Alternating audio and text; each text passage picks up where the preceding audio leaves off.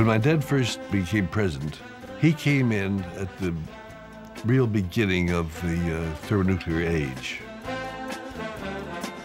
I think we have to put the 1950s into perspective. We look back today and we think the 1950s was a period of Elvis Presley and poodle skirts.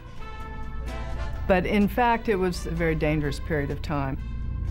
Defense budgets throughout the Western world doubled or tripled in the 4 years between 48 and 52. The Soviets are outproducing America's aircraft factories. There is a threat, but we can't measure how much is enough defense spending to stop the Soviet Union. So by the time Eisenhower is president, there is a huge new flow of cash into defense industries. He was the first to acknowledge that a permanent military establishment would be required during this period, but that unless we could find some kind of breakthrough, that in fact it would end up creating a terrible cost. The cost of one modern heavy bomber is this: a modern brick school in more than 30 cities. It has 2 electric power plants, each serving a town of 60,000 population. It has 2 fine, fully equipped hospitals. We pay for a single fighter plane with 500,000 bushels of wheat. We pay for a single destroyer with new homes that could have housed more than 8,000 people. This is not a way of life at all, in any true sense. Under the cloud of threatening war, it is humanity hanging from a cross of iron. My father, as president, had strong guiding principles. He used to say, modern weapons take food from the hungry and shelter from the homeless.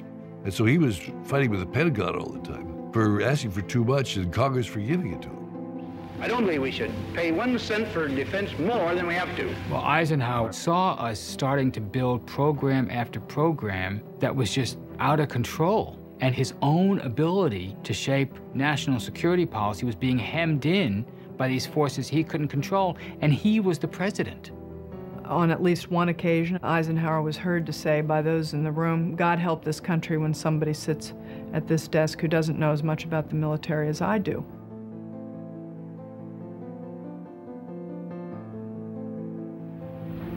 My fellow Americans, this evening I come to you with a message of leave-taking and farewell, and to share a few final thoughts with you, my countrymen. We have been compelled to create a permanent armaments industry of vast proportions. 3.5 million men and women are directly engaged in the defense establishment. The total influence, economic, political, even spiritual, is felt in every city, every state house, every office of the federal government. We recognize the imperative need for this development. Yet we must not fail to comprehend its grave implications. In the councils of government, we must guard against the acquisition of unwarranted influence, whether sought or unsought, by the military-industrial complex. The potential for the disastrous rise of misplaced power exists and will persist. You have to realize this is one of the great presidents, great military leaders. On his way out the door, at the end of his second term, he says, by the way, watch out for the military-industrial complex. People know that he invented the phrase military-industrial complex, but very rarely do you see the whole thing and realize how utterly strident his warning was. I think it's one of the most profound statements ever made by an American president. Just like George Washington gave his warnings about foreign entanglements and things like that, my dad was giving his warning against letting this military-industrial complex get out of hand.